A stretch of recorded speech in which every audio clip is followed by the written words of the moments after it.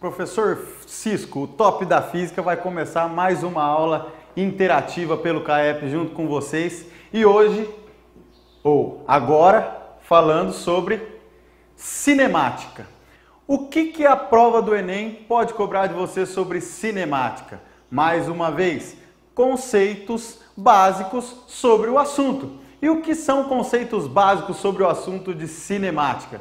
Nós podemos pensar inicialmente em falar sobre o que é movimento, o que é repouso, referencial, trajetória, ponto material, corpo extenso. Só que tudo isso eu tenho certeza que você já sabe porque são coisas básicas e simples para a cinemática, são apenas conceitos.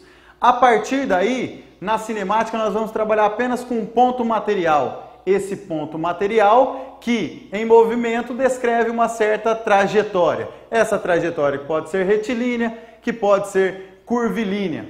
Sendo retilínea, nós temos um estudo, sendo curvilínea, nós temos outro. E quais os conceitos que nós vamos estar trabalhando sobre esse movimento? A cinemática, ela não está preocupada com o que causou o movimento e que consequências esse movimento vai ter. Mas ela está preocupada com o movimento em si. Então, é aqui que nós conhecemos conceitos de velocidade, conceitos de aceleração, e a maioria dos exercícios do Enem estão ligados apenas ao que diz respeito a movimento. E lembrando sempre que a natureza não dá, mas natureza dá. Lembrando sempre que a natureza, ela procura sempre o equilíbrio, certo? Então, dentro da cinemática, nós vamos ver que os corpos têm movimento, estudar esses movimentos e lembrando sempre que a natureza procura o equilíbrio. Não lembre que a natureza procura o equilíbrio só na cinemática. Isso é para toda a física, certo? Então vamos falar só um pouquinho sobre velocidade e aceleração. O conceito de velocidade, é óbvio, tanto velocidade quanto aceleração que estão relacionados ao movimento, nós vamos ver que esse corpo que tem velocidade, ele se desloca em relação ao tempo.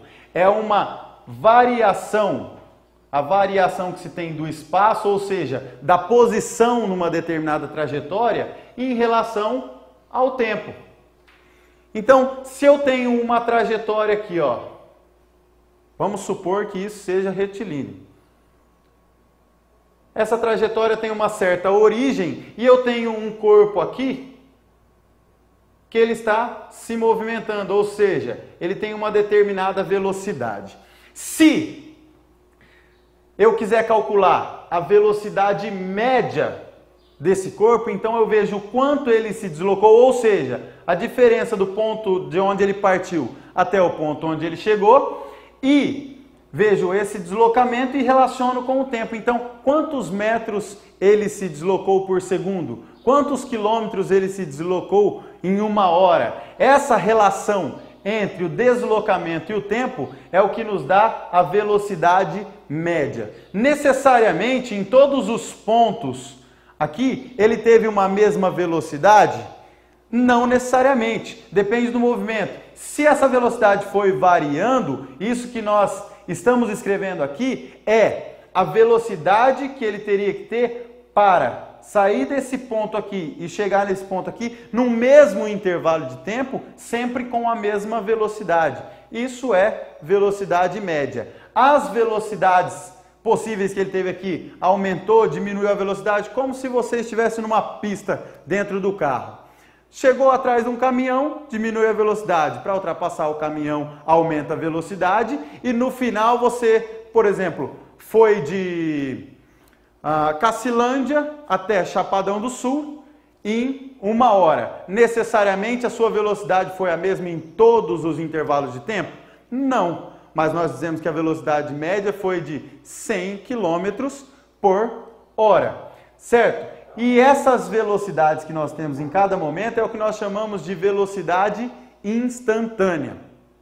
E são conceitos básicos. Agora, se essa velocidade num determinado movimento for considerada constante, ou seja, o corpo conseguir manter sempre a mesma velocidade, então nós vamos estar falando do movimento chamado movimento uniforme, que aí essa velocidade média é igual à velocidade instantânea em todos os pontos.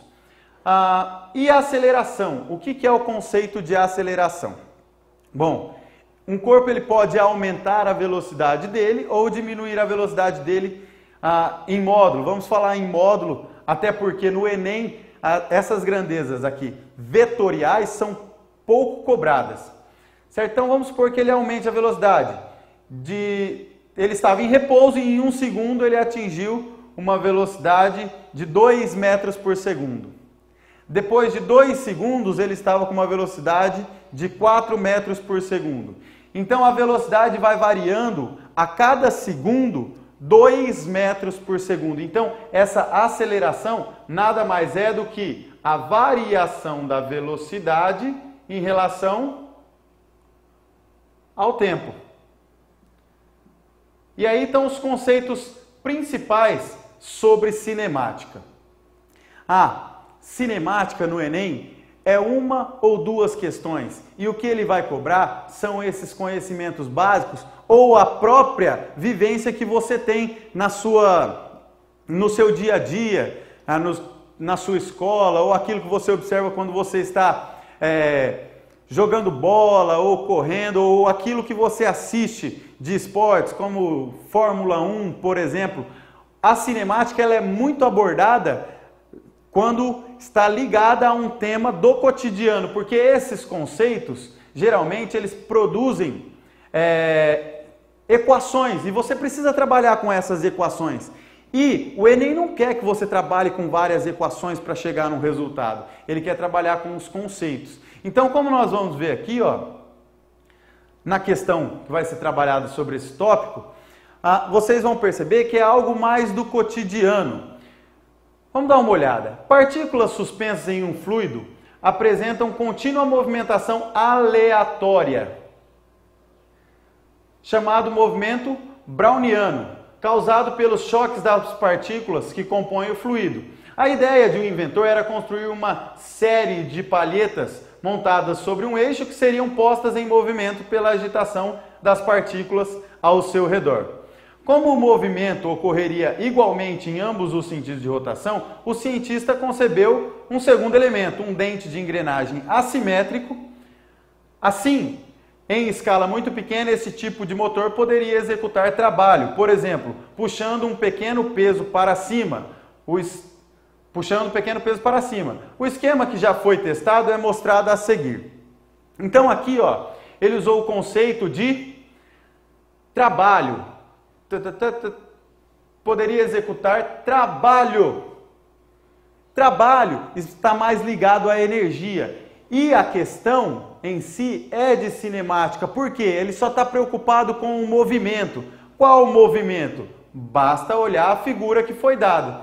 Na figura, se não tivesse essa trava aqui para segurar a engrenagem, o fluido, pelo seu movimento caótico, lançaria essas palhetas nos dois sentidos, ou seja, movimento caótico em todos os sentidos. Então essas palhetas não conseguiriam concluir o intuito dele, que era de trazer esse peso para cima. Dessa forma, a trava garante que quando esse movimento favorecer a subida desse peso, então essas palhetas vão estar girando nesse sentido e assim o peso vai subir e essa trava vai passar aqui para baixo. Se o movimento mudar, isso garante que o peso vai ficar na determinada altura que ele quer. E isso, se for continuamente, o peso vai subir continuamente, não mais descer quando a trava conseguir chegar nos dentes aqui da engrenagem.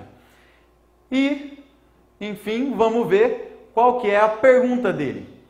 A explicação para a necessidade do uso da engrenagem com trava é o travamento do motor para que ele não se solte aleatoriamente. Não, o motivo da trava é essencialmente ter certeza que o corpo apenas vai subir, já que na natureza tudo procura equilíbrio, os fluidos eles vão movimentar num sentido e no outro, e se não tiver essa trava, o peso vai ficar subindo e descendo e não vai concluir o intuito, que é apenas de realizar o trabalho para cima. Esse trabalho que seria um trabalho resistente, já que o peso dos corpos é sempre para baixo.